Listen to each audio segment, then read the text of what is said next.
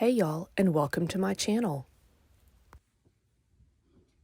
So I got my first mystery box in from Charlie over at the Stitchery, and let's see what we have. Oh yes, the mesh. Well, my first thought is I could use it as horsehair braid. We shall see. All right, couple of buttons, some quilt binding, some trim, and then here is our fabric.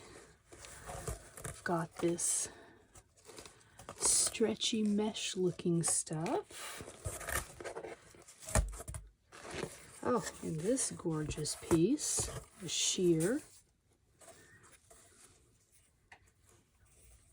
floral sheer. And then, what is this? Oh, it looks like a curtain panel. It's kind of in this red tapestry-like brocade type material. Well, this is going to take some thought.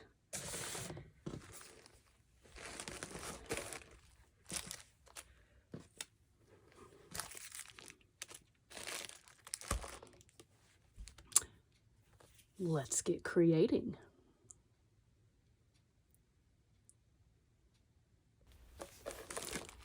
So there wasn't enough fabric to do the skirt that I wanted, to use the mesh as horsehair braid. So I'm going to use it to make a belt. Went into my stash and found just a plain metal belt buckle. And then I am going to use the curtain fabric for the belt. And I will use the mesh, that deco mesh stuff, as like a stabilizer, kind of interfacing to put in the middle.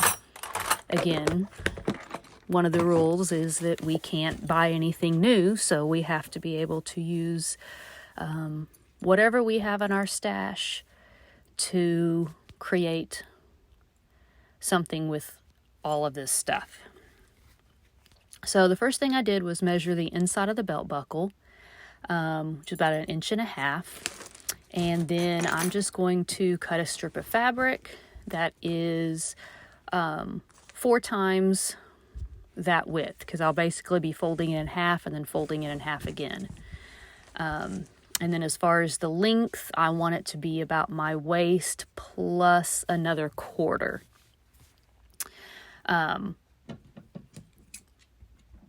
So at this point, Twix decided to join me and be in my way.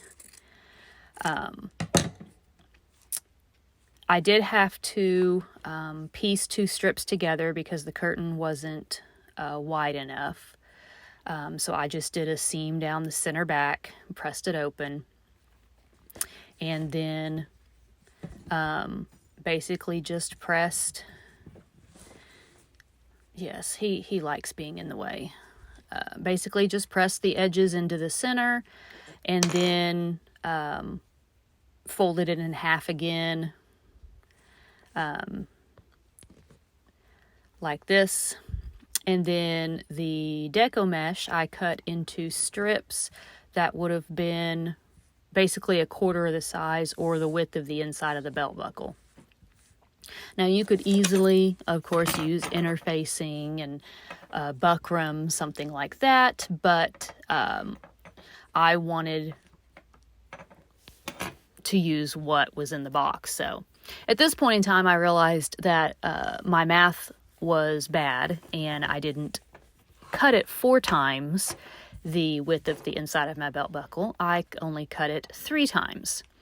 So instead of recutting a whole new piece, instead of folding the edges all the way to the center, I just folded them over less so that it would end up being the same. So again, learning from mistakes, making sure math is correct. What do they say? Measuring twice, cut once. But it all turned out.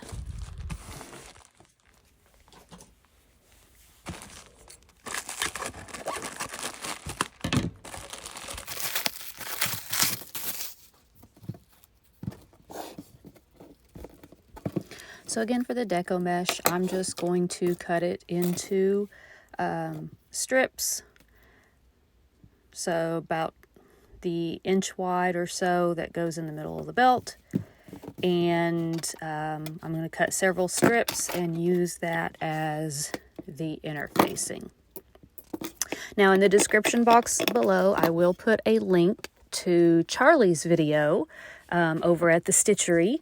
And you can watch her video if you're interested to see what I sent her and what she made out of it. We did FaceTime each other and, show each other what we made and things like that. So it was a lot of fun. And I'm sure in the future we will do it again. So after I've got my strips cut, I just pin them into place, just kind of because the deco mesh is really curly. So I just used pins to hold it into place until I had put it the entire length, and then I folded the fabric back over and did a top stitch on both sides.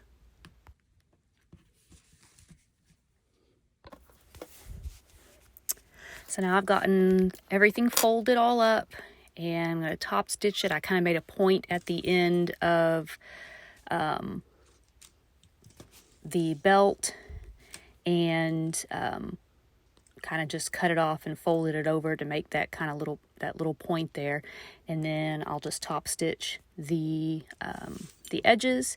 And then for my belt buckle, I decided to go ahead and cover that in the fabric, so I'm just going to use some spray glue or E6000 and put the glue on the top part, the outside of the buckle, and glue the fabric to it, and then just kind of cut and turn the fabric. So this is how my belt turned out. You can see the fabric's wrapped around the belt buckle, and then my machine is able to do these little like eyelet round stitches. So I went ahead and did some of those for the eyelets. That way you really don't have any metal showing except for like the little tongue on the belt. So I was pleased with how everything turned out. I was actually able to use every single thing in the box, which was good, and made basically 3 pieces. I made the belt, and then I made this cute little like bralette top.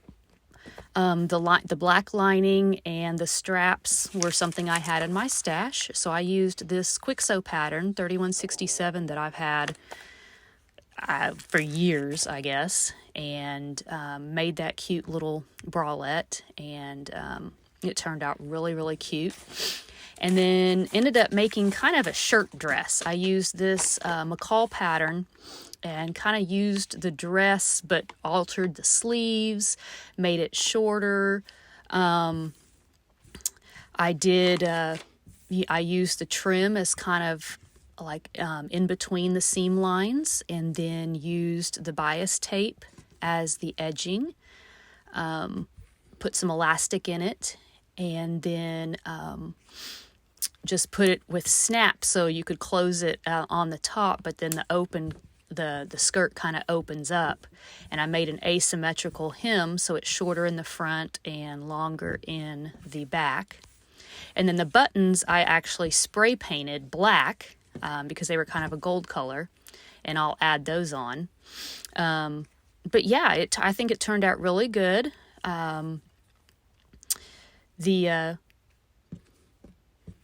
It fits nicely, and it's definitely something that I would wear. I've got some scraps of some stuff left over, so I'm sure I can incorporate that in other projects. But it looks cute with some black leggings underneath, and then the little bralette top with the little kind of shirt dress, and then the kind of the red belt as an accent. So it was definitely a little nerve-wracking, I guess, to try to make